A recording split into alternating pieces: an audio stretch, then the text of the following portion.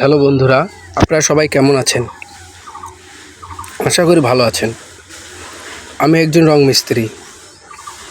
বাসা বাড়িতে রঙের কাজ করা হয়।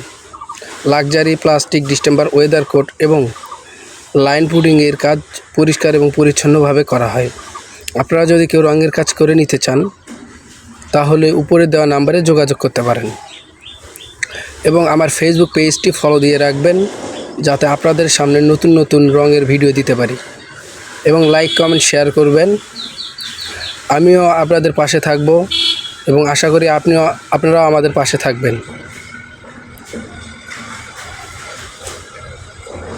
ধন্যবাদ সবাইকে, পাশে থাকবেন। ধন্যবাদ।